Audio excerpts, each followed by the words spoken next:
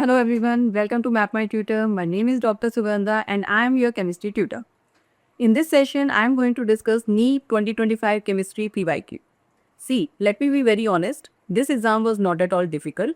This was totally conceptual and that where everything changes for the NEET 2026 aspirants. If your preparation is conceptual, then you are safe, otherwise you are at a risk. So let's start with the 2025 questions. Here we go. Let's move to the next question. It is, on the given compounds, the correct order of bond dissociation energy. See, these marked CH bonds, we need to tell the bond dissociation energy of the CH bonds. If we break the bond from here, it will form this benzene radical. Here it will be this carbon triple bond carbon radical, and here it is this radical, right? So in this case, it is sp2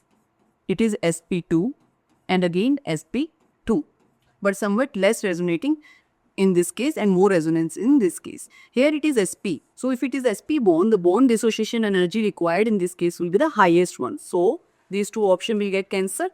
So 2 will require the highest energy, as we all know that sp, sp2 and sp3, this contains triple bond, double bond and single bond. So triple bond requires more energy to break, right? So it has the highest bond dissociation energy. That is one thing. Next is, out of option first and third, it has somewhat less resonance. So that's why it requires a more bond dissociation, requires more energy. So than this. So we know that bond dissociation energy is inversely proportional to stability of this carbon radical.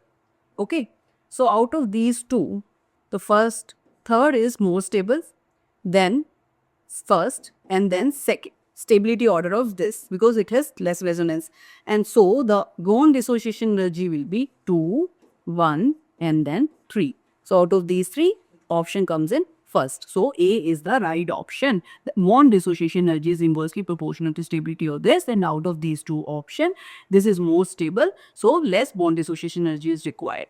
Okay. Which one of the following compounds does not decolorize bromine water? So bromine water, it is Br2 water, right? What will happen? In this case, it will give bromine at the ortho and para position, right? On reaction with this, it will form this product. Here also we'll get bromine and bromine in this case. Here also we get bromine, bromine and bromine.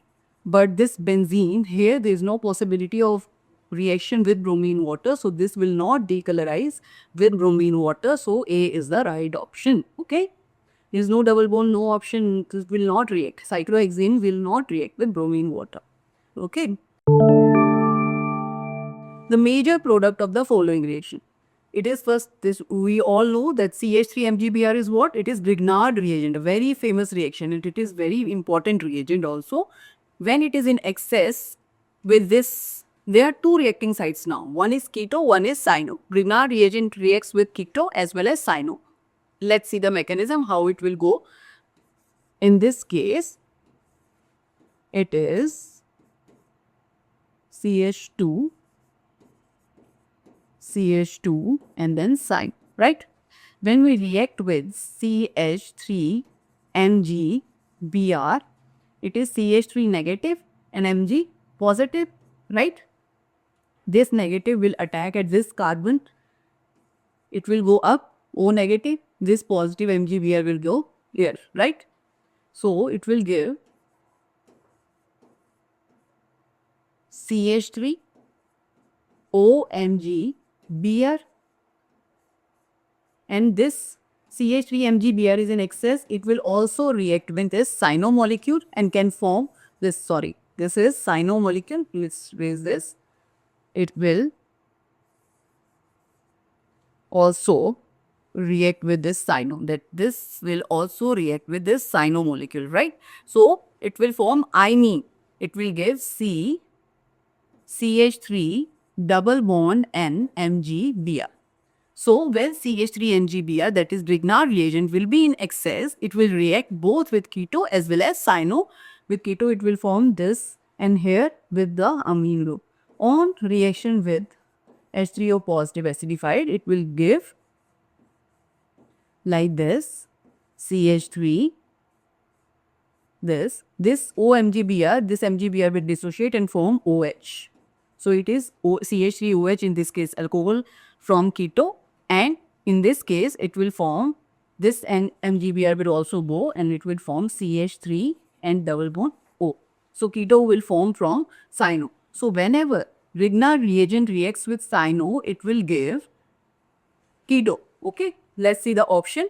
First is CH3OH, right? But cyano. Here cyano is not reacting, so this is the wrong option. In this case, this is also wrong option. This is the right option. C is the right option, where CH3OH means on reaction of Grignard reagent with keto, it forms alcohol, and with cyano, it will form keto. Always form keto. Okay, so this is the right option. So please go through the reaction of Grignard reagent. These are very important. Okay. Which of the following aqueous solution will exhibit highest boiling point?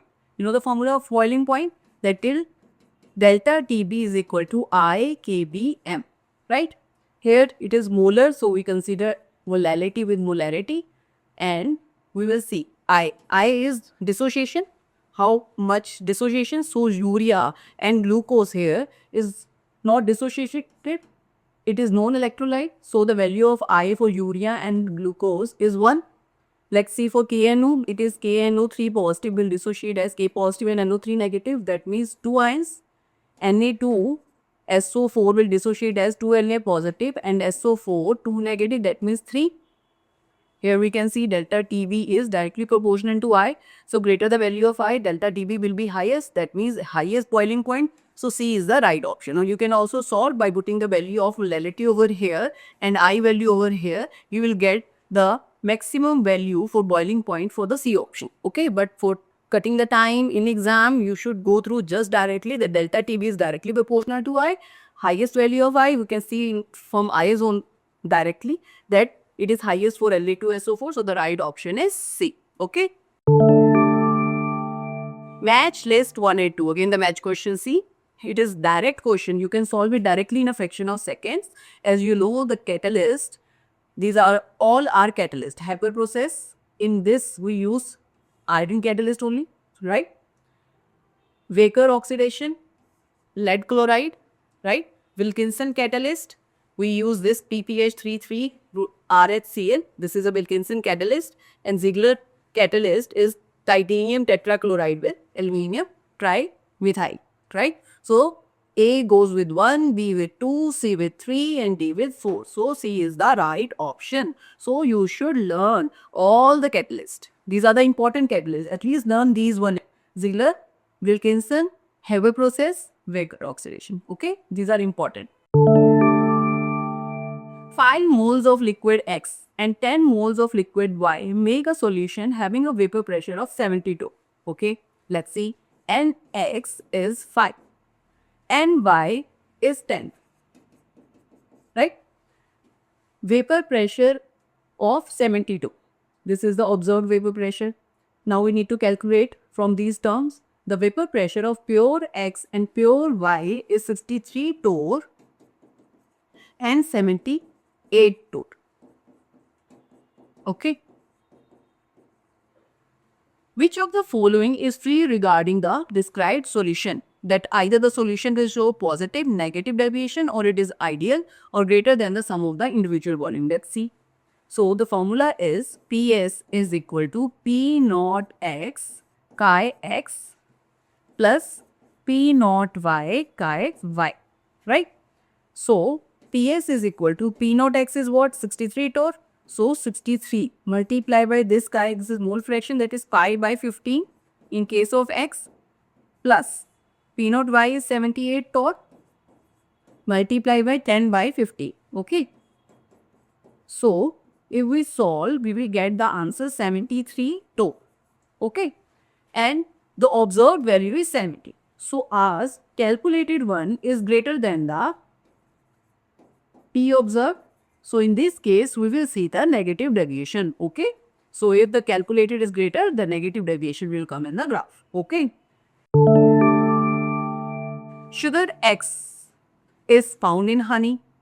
We need to tell what is X over here. It is found in honey. It is a keto sugar, exists in alpha and beta anomeric forms, and it is laboratory. What it is? It is fructose, D-fructose. Okay? Fructose is the one which is found in honey. It is laboratory. That means it is known as inverse sugar also. Laboratory and exist in two forms, that is alpha and beta. Okay, so it is anomeric in nature. So it is easy, that is D-fructose. Identify the suitable reagent for the following conversion. Which reagent we can use for the conversion of this ester with aldehyde? This is a very famous reaction, that is by using di-BALH, that is mild reducing agent, that we can control the reaction with the help of this reagent at under minus 78 degrees Celsius. We can convert this ester into aldehyde, and this is very important and directly given in your NCERT. Please go through these reactions, these important reagents and the name reactions. Okay, so di-BALH means this ALH isobutyl 2 and then water will get aldehyde from ester. Okay, please learn this reaction. Given below are the two statements. One is labeled as assertion and other is reason. Okay, let's see. First is, it says that this alkyl iodide undergoes SN2 reaction faster than chloride. It is very true, because we know that on moving down the group, fluoro, chloro, bromo and iodo size increases, and it is a good leaving group as compared to chlorine. So the reaction will be faster in case of SN2. This leaving group will leave easily. Okay, so this is true that it undergoes SN2 reaction faster than chloride. So this is a true statement. Reason is iodine is a better leaving group than because of its last size. I just told that is true. So both the reason is and assertion and reason is true. So A is the right option. Okay, let's move to the next question. The standard heat of formation in kilocalorie per mole for barium is this, and standard heat of crystallization is this. Standard heat of formation of barium sulfate. We need to calculate the heat of formation for barium 2 positive, and all other terms are given. We know the reaction, that is barium 2 positive plus SO4 2 negative gives barium sulfate, right? We know that the heat of crystallization formed is minus 4.5, and the standard heat of formation is given. Just product side minus reactant side, we get the answer. Product side is BaSO4. The value for BaSO4 is minus 349 minus. Product reactant side, it is barium. You need to calculate delta H of formation for barium 2 positive. Okay, plus SO4 2 negative, it is minus 216. So it comes out to be minus 216. So on calculating and rearranging, we will get the value of delta H formation for barium 2 positive is minus 128.5 kilocalorie per mole. It is very simple. Just you need to calculate by product minus reactant. You will get the value of heat of formation for one reactant. Okay. So the answer is minus 128.5 kilocalorie. A is the right option. Okay. Total number of possible isomers, that is both structural as well as stereoisomers of cyclic ethers of molecular formula C4H8O. For this molecular formula, you need to calculate the possible isomers, which should be both, which includes both structural as well as stereoisomer. For first, you need to calculate the degree of unsaturation. Formula is C plus 1 minus H plus X minus N by 2. What is the value of C? It is 4 plus 1 minus H is 8, X and N is not there, X is halogen, nitrogen is not there, so it is 8 by 2, that is 4. So 5 minus 4 is equal to 1. One ring, 1 degree of unsaturation means 1 ring is there in this case, because it is a cyclic ether, right? If it is a cyclic, only 1 ring will be formed.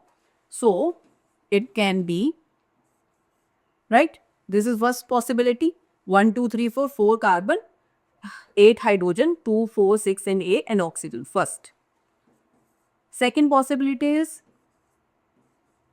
this. Third is this. Fourth is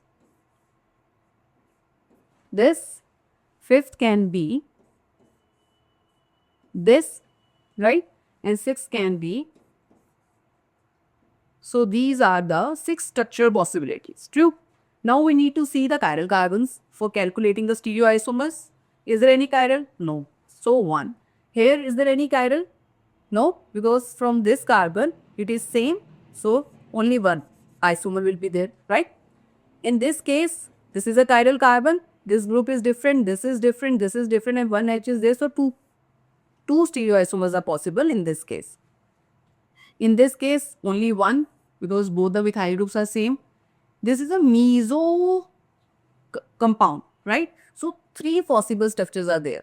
1 optical and 2 structure. This is due to the meso, 2 plus 1 structure. Okay, total 3 possible isomers are there. In this case, this is meso, this is chiral, so there are 2 possible. So let's calculate 2, 4, 5, 8 and do 10. So 10 possible isomers are there in this compound. So the right option is C. Okay, I hope you all understood. Identify the correct order against the property mentioned. Let's see. First is water is greater than ammonia, then CaCl3. This is very true and it is very famous question also, and given in NCERT directly, that the value of dipole moment is greater in case of water. See, in case of water, there is 2 lone pair. So the dipole moment will increase and will be the highest, and it is not cancelling out anywhere, it is directly added. In case of ammonia, only 1 lone pair is there, so it will be lesser than water. And in case of chloroform, it has a tetrahedral structure and some dipole moment will get cancelled. Okay, here and here, so it will get cancelled in the case of a tetrahedral structure. So out of these 3, this is a correct order of a dipole moment, and you can also see that oxygen is more electronegative, so it will have a higher dipole moment than the nitrogen. Okay, next is XCF4, XCO3 and XCF2, number of lone pairs on the central atom. See, in this case there are 2 lone pairs, in this it is 1 and here it is 3. So this is a wrong order. The maximum number of lone pairs are for xenon F2. Okay. Next is OH, CH and NO bond length. This is also wrong because we all know that the CH bond length is greater than the OH bond length. So this is a wrong order. D, nitrogen, oxygen, hydrogen bond enthalpy. Bond enthalpy. So it is true because nitrogen N2 contains triple bond, oxygen contains double bond, hydrogen contains single bond. So the energy of bond dissociation will be highest in case of nitrogen, then oxygen, then hydrogen. So A and D is in the right order. So the answer is A. That is A and D only. Okay. So this is the right option. Let's move to the next question. Higher yield of NO. This is a Lee-Chatelier principle question, and this is the most favorite question of every examiner in the competitive exam. One question will definitely come from Lee-Chatelier's principle, so you must learn all the effects, that is effect of concentration, pressure and temperature in case of a Lee-Chatelier's principle. Let's see the question here. He is asking the higher yield of NO, means the product. When the higher yield will come? Higher temperature, lower temperature, higher concentration of nitrogen or high concentration of oxygen. Let's see. See, in this case, the delta H value is plus. That means it is endothermic in nature. That means it can absorb the heat. If we increase the temperature, it can absorb more heat. Yes, it is going in a favor direction. So, if on increasing the temperature, equilibrium will increase and the reaction will move in the forward direction. If it goes in a forward direction, the yield of the product will increase. Okay, that means the yield of this NO will increase. So, high temperature will favor but not the lower temperature. Okay. Next is higher concentration of N2 and O2. See, both are there in the reactant side. If we increase the concentration, Lee-Chatelier principle says the reaction will go in that direction where the yield will be lesser, so that to balance it. Okay, So to balance the equilibrium, it will go in a forward direction. So that means it will increase the yield of NO. So it will favors the yield of NO. So C and D both is the right option. That is, on increasing the concentration of nitrogen and oxygen, NO yield will increase. So A, C, D is the right option. So D is the right option. Okay. If the rate constant of a reaction is 0.03 per second, how much time does it take for 7.2 mole liter concentration of the reactant to get reduced to 0.9 mole per liter? He is asking about the time. So we know the formula T is equal to 2.303. See, from here we know the units are per second. That means it is a first order reaction. So we use the formula for the first order, that is T is equal to 2.303 by K log A naught by AT. Okay. So on filling the values, 2.303 by K, what is the rate constant? That is 0.03 log. What is A naught? A naught is initial concentration. Initial concentration is 7.2. And after time 2, it will reduce to 0.9. Okay, please solve this question. You will get the answer 69.3 seconds. Just do this calculation. It is very easy, and by calculating, you will get the answer 69.3 seconds. Okay. The last question of this exam, that is, which one of the following reaction does not belong to lesson test? This is also the most favorite and the important question. In every exam, you will see this lesson test. Okay. It says, what says lesson test? Which reactions will include? It tests for carbon. It tests for carbon, sulfur, halogen and phosphorus. So in the first three option, it is there that it forms NaCN, Na2S, NaX, but this reaction doesn't go with lesson test. That is, it doesn't, copper oxide doesn't react with copper and give copper and carbon dioxide. This is for the from the that percentage of carbon and hydrogen we use this. So this is not related to lesson test. So this is the right option.